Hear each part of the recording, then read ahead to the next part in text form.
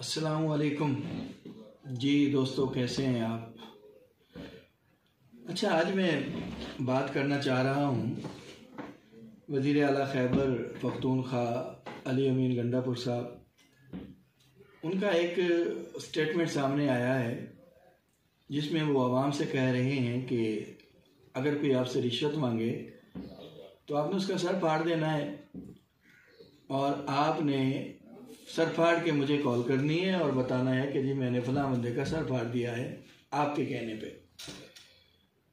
तो एक दोस्त का मैसेज आया, व्यूवर्स हैं मेरे, उन्होंने कहा कि सर आप प्लीज़ इस बयान पे जो है आप अपना मौक़िफ़ दें। तो पहली बात तो ये कि मैं इस बयान को इंतहाई गैर ज़िम्मेदाराना बयान समझता हूँ। अच्छी बात को, अच्छी चीज़ को अगर आप गलत तरीके से करेंगे तो उसकी अच्छाई जो है वो सवालिया निशान बन जाएगी। खैबर पख्तूनख्वा आपको पता है जिस किस्म का इलाका है, वहाँ लोगों की दुश्मनियाँ हैं, छोटी छोटी बात पे तैश में आ जाते हैं और किसी भी हद तक जो है वो चले जाते हैं। तो गोया ये बात करके आप लाइसेंस दे रहे हैं लोगों को तशद्दुद का। लोग अपनी ज़ाती दुश्मनियाँ इसमें निकालेंगे, अपने ज़ाती इसमें जो भी किसी को कोई भी मसला होगा तो वो ज़ाती इंतकाम की तरफ इसे ले जाएगा और बात चली जाएगी आपकी तरफ। रिश्वत ख़त्म हो या ना हो, एक नवा कट्टा जो है वो खुल जाएगा। तो सवाल ये पैदा होता है कि पहले जितने भी हुक्मरान गुजरे या आज दुनिया में जहाँ कहीं भी जिन ममालिक में करप्शन, रिश्वत वगैरह का नाम निशान नहीं है, तो क्या वहाँ पे रिश्वत, सफारिश, ये हर चीज़ क्या लोगों के सर फाड़ के ख़त्म की गई? मोहतरम, बात यह है कि अगर ऊपर क़यादत ठीक हो तो नीचे किसी को रिश्वत, करप्शन लेने की ज़रूरत ही नहीं होती। कोई सोच भी नहीं सकता कि वो ऐसा कोई भी जो है वो काम करेगा। 2013 से आपकी हुकूमत है खैबर पख्तूनख्वा में, और हाल क्या है कि दरमियान में थोड़े से वक्त के लिए निगरान हुकूमत आई और निगरान हुकूमत में जिस तरह लोगों पे वहाँ पे जुल्म किया गया, ज़्यादतियाँ की गई, वो सब आपके सामने है। और ये जुल्म ज़्यादती करने वाले कौन थे? ये वही ब्यूरोक्रेसी थी, ये वही पुलिस अफसरान थे, जिनमें से कितने जो हैं वो पीटीआई के दौर में भर्ती हुए होंगे। तो बजाय इसके कि लोगों के सर फाड़े जाएं, आप लोग अपनी गवर्नेंस क्यों नहीं ठीक करते? आप लोग कलीदी ओहदों पर उन लोगों को क्यों लेके आते हैं, क्यों नहीं लेके आते कि जो इन सब चीज़ों का रोकथाम करें, जो रिश्वत को ख़त्म करें, जो सिफारिश को ख़त्म करें? और ये तब पॉसिबल होगा जब आप ब्यूरोक्रेसी में नीचे आप ईमानदार, डेडली ऑनेस्ट लोग लेके आएंगे।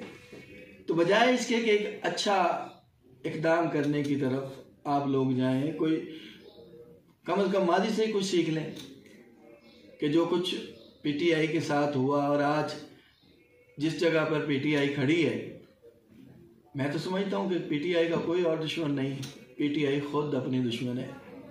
जिस तरह के फैसले लिए गए या जिस तरह के लिए जा रहे हैं, मुझे तो लग रहा है कि पीटीआई बामुकाबला पीटीआई है। अब देखें, किसने कहा था कि आप अपनी असम्बलियाँ छोड़ के चले जाएं? ना आप असम्बलियाँ छोड़ के जाते, ना राजा रियाज अपोजिशन लीडर बनता, ना ये सारा कुछ होता, ना ये कवानीन ख़त्म होते, ना जो है ये बादशाही होती, और ना ही हर किसी को मौका मिलता कि जिस किस्म के चाहते वो कानून बनाते चले जाते, और शायद फिर इलेक्शन भी टाइम पे हो जाते। आपने असम्बली छोड़ी किस लिए? इलेक्शन टाइम पे चाहिए, हो गए टाइम पे।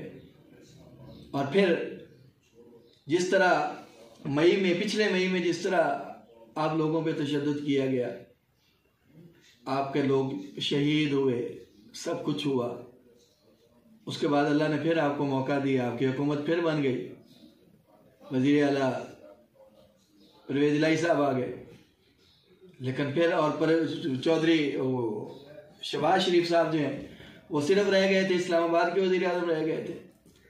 लेकिन फिर क्या किया गया?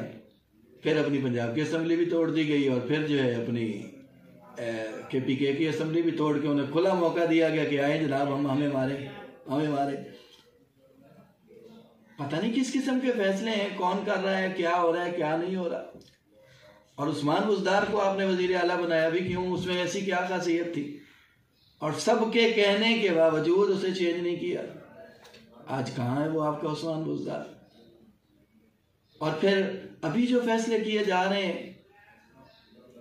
सुन्नी इत्तेहाद कौंसिल जिसका सरबराह खुद जो है वो आज़ाद इलेक्शन लड़ रहा है, उसको जो उसकी पार्टी को आप लोग ज्वाइन कर रहे हैं। वो खुद आज़ाद लड़ रहा है, उसकी पार्टी इलेक्शन नहीं लड़ी। वो खुद इलेक्शन कमीशन में जाके वो बयान दे चुका है कि जनाब हमने इलेक्शन नहीं लड़ना, लिहाजा हमें मखसूस सीटों की ज़रूरत ही नहीं है। उसको जनाब उसकी पार्टी को आप ज्वाइन कर रहे हैं और फिर कह रहे हैं कि जी हमें सीटें नहीं मिली। अब मैं तो काम तो वोट दे के अपना हक अदा कर दिया है। अवाम ने तो आपको कहा है कि भाई हमने आपको वोट दे दिया, आगे आपका काम है कि आप इस मुल्क को किस तरह लेके चल रहे हैं। लेकिन जिस तरह का माजरत खाना रहे, एक तरफ बिल्कुल पीटीआई की क़यादत ने माजरत खाना रवैया रखा हुआ है, बिल्कुल लगता है जैसे कंप्रोमाइज़ है, और दूसरी तरफ वज़ीर आला जिस सूबे में वज़ीर आला बना है वो वज़ीर आला कह रहे हैं कि जो भी आपसे रिश्वत मांगे आप उसका सर फाड़ दें। यार ये क्यों नहीं कहते कि मैं ऐसे कानून बनाऊंगा, मैं ऐसे ब्यूरोक्रेसी को लाऊंगा, मैं ऐसे लोगों को नीचे लाऊंगा जो रिश्वत वगैरह के नज़दीक भी किसी को नहीं जाने देंगे। तो मेरा तो इसमें यही कहना है कि ये इंतहाई गैर ज़िम्मेदाराना बयान है, इंतहाई गैर ज़िम्मेदाराना बयान है, और ऐसे बयानात से पीटीआई की क़यादत को गुरेज करना चाहिए। कुछ ऐसा करें कि जिससे आवाम जो इंतहाई बदहाल हो चुकी है, इंतहाई महंगाई की चक्की में पिस रही है, कम से कम कहीं से किसी तरफ से तो उन्हें ठंडी हवा जो है वह मिले। तो सब दोस्तों से मेरी गुजारिश है कि इस चैनल, ये आपका अपना चैनल है, इसे सब्सक्राइब करें, लाइक करें, कमेंट करें और दोस्तों को भी जो है वो ये शेयर करें। अल्लाह पाक हम सब का हमें नासिर हो। अस्सलामु अलैकुम व रहमतुल्लाहि व बरकातुहू।